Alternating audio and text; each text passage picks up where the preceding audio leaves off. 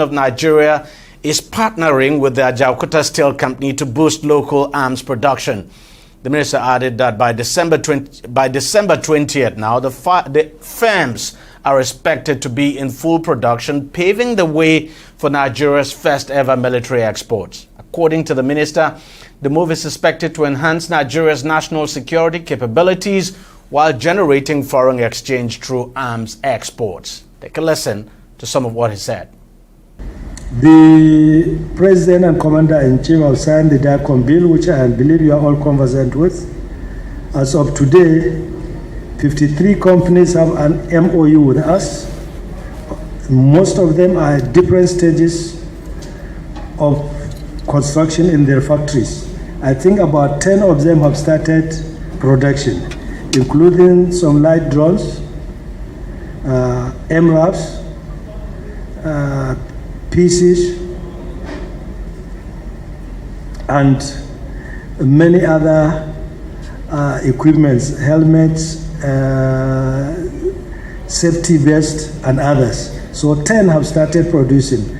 Now, the minister also addressed a wide range of national security issues, including the use of drones by terrorist groups, progress in ongoing counterinsurgency efforts, and intelligence on emerging extremist factions. Responding to concerns about reports that terrorists are deploying sophisticated weapons, Abubakar dismissed claims that insurgents possess more advanced technology firearms now than the Nigerian armed forces. Well, joining me to discuss this further is a former director at the Department of State Services, Mike Ejiofor, who joins us from Abuja. Thank you very much for coming on the show. How good a news is this that, you know, we plan to start exporting arms to other countries? Well, I don't know whether it's good or bad news, because we have a lot of security challenges. We're contending with sophisticated arms from bandits and terrorists with kidnappers. We've not been able to check our local challenges. Then we'll start talking of importation of exportation of arms. I expected that the minister will now say that we will give more arms or sell more arms instead of importing. Sell more arms to our security agencies like the police, the army. We'll export for what? We will have a lot of problems on ground. It doesn't make sense to me. Now, something else the minister said, especially, you know, he said something that actually caught my attention. I'm quite worrying, confirming that terrorists now use drones, armed drones, to carry out operations in this country. How worrying is that? Well, it's worrying, but if you look at the classes of drones, over commercial drones, you have the ones they use for all these cameras and to cover events, and you know, there are classes of drones. But maybe the one is talking of unarmed vehicles. I don't think they have access to that. They could use this thing to carry out surveillance in the area they want to operate, to know whether the military is there. But I don't think that's a major problem for us. We have our own capabilities in terms of drones, and we can go ahead and put them to effective use. The minister also in his brief did mention the issue of you know, having a lot of drones and others, or that I think a question was raised whether he has whether the people have this issue of arms. I don't think that is anything to worry about. The only difference is that these people, you know, they put their oaths without regards. But our security forces also use their own with standard operational procedures, while the bandits just use their own. I think that's the difference. It's not that they're better equipped than ourselves. Do we have a situation at the moment where our military lack say, enough arms now to prosecute the various security operations they are carrying out at the moment? It's not that we are lacking arms. It's not that we are lacking sufficient arms, but it can never be enough. It will not. You will not compare this with that we are importing arms. I don't think we have sufficient arms in terms of what we are to use. So that's why I'm against exportation. We need to get self-sufficient first. It's like a proverb in my place: you don't carry an elephant on your head and be using leg to dig cricket. We have a lot of security challenges. Our police, the civil defense, you can see the type of arms they use. So we should get them properly equipped and deploy them into all these areas of problem before we start. What are we talking of exportation of arms when we don't have sufficient arms in our hands? I get your point. Finally, let me ask you, I mean, there are concerns over some new terrorist groups that are springing up. And we've had Lakrawa, there's this other one that sprang up not quite long ago. How concerning is this? Well, it's a concerning, but I can tell you that the intelligence agency is, that's the SSS, is profiling them, and even before it came to public knowledge, the SSS have the knowledge of all what they are doing and profiling them, and they're working together with other security agencies to bring the activities to a halt before it develops to more serious problems like you have the issue of Boko Haram and the other terrorist groups. Before they metamorphose into a bigger problem, I think we should be able to check them this time around. And what would be your reaction to, I mean, you saw the way the minister reacted, when some lawmakers in the course of their debate in plenary at the National Assembly came out to say that terrorists were using more sophisticated weapons in our military and that they were better armed. Of course, the minister came out to debunk that is certainly not the case. What's your take on that debate? Why it appears that they are more sophisticated, there's no way they can be more sophisticated in terms of arms than our security forces, who have an area view power over them. I'm not aware that any of them has a helicopter, or even talking of jets. So the arms they are using, what I can explain why people are apprehensive that they are more armed is that they don't use standard operational procedure.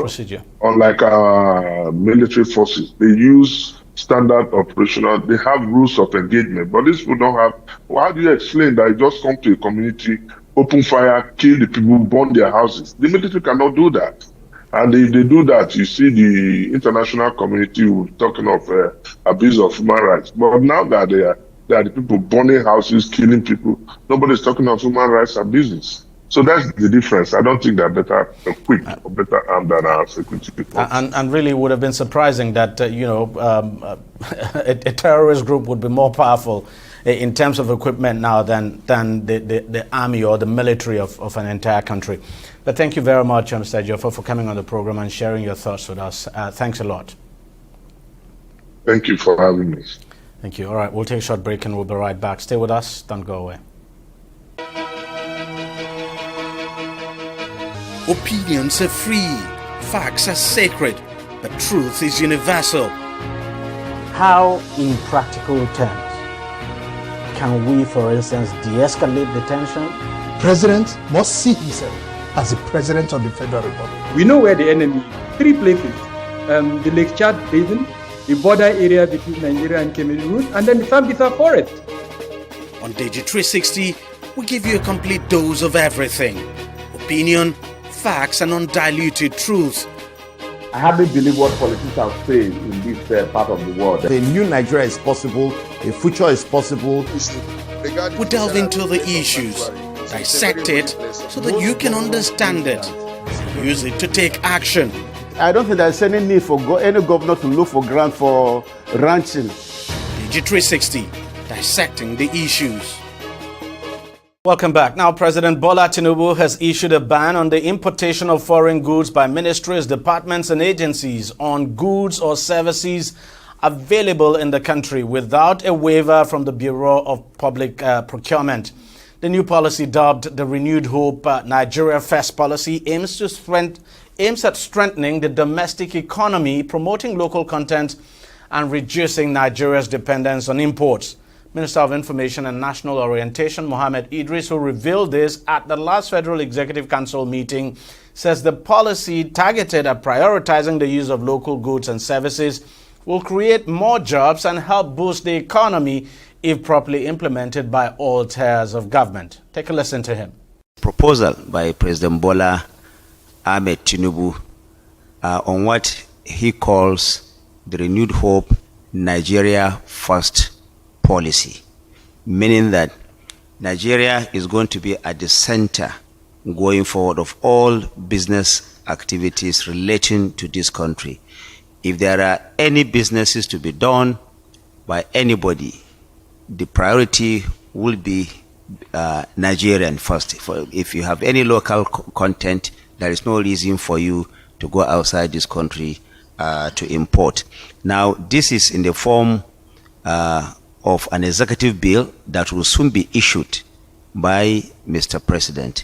Already, Council has approved a set of those proposals, which I'm going to read to you, and the Office of the Attorney General of the Federation has been directed to prepare an executive order to be issued by Mr. President. Now, the Nigeria First policy is built around optimizing local production, reducing the pressure on foreign exchange, and attracting investments that will strengthen the country's economic base. The minister further assured that Nigerian industries will now be prioritized in procurement decisions, and in cases where local suppliers fall short, contracts will be structured to build domestic capacity instead of depending on intermediaries who make profits at the expense of local manufacturers. Well, joining me now to discuss this further is economist and the CEO of Timeline Consult Limited, Shaibu Idris. He joins us from Lagos. Thank you very much for coming on the program. How important is this policy? What's your take on it? Good afternoon, and thanks for having me. Thank God today is Friday. Number one, I think in general, I will say it's a laudable thinking, laudable attempt, laudable steps in the right direction, trying to, to patronize made in Nigeria goods. When you look at it on a straight line basis. Is this the first time that Nigeria is having this policy? The answer is no.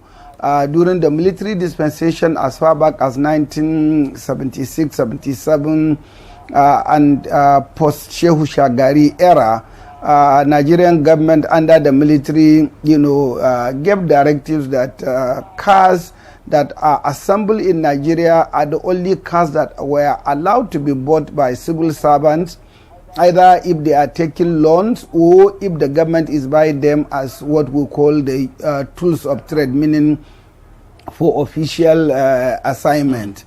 Very few individuals or civil servants, for example, the then Mr. President or head of state was allowed, for example, to use a Mercedes-Benz other than a Peugeot or a Volkswagen made in Nigeria car, or Steyr, or the cars made from Leyland. So going back to what we used to have 30 years ago, 40 years ago, I think is a step in the right direction.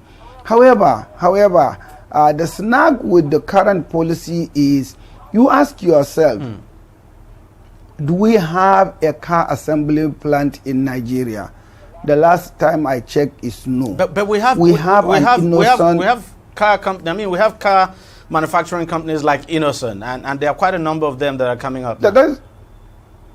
No, you are saying they are coming up. I'm saying I have not known of any assembly plant. The manufacturing plant in the eastern part of the country by the gentleman who makes the Innocent cars is a laudable initiative that must be supported at all cost.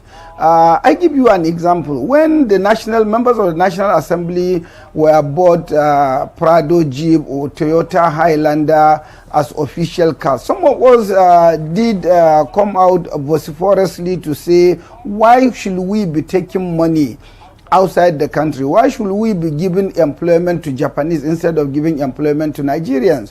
When Mr. President decided to buy a brand new casket bulletproof car, why did he buy, a Japanese car or a German-made car instead of a Nigerian car when he could have gotten it custom built by, innocent? So the point I'm trying to make is when you limit the conversation to car assembly or cars as in tool of trade, you will say there are none or even there are few. However, you fast forward, what are the things that government buy today? Why are they being bought outside the country? Let's look at buildings.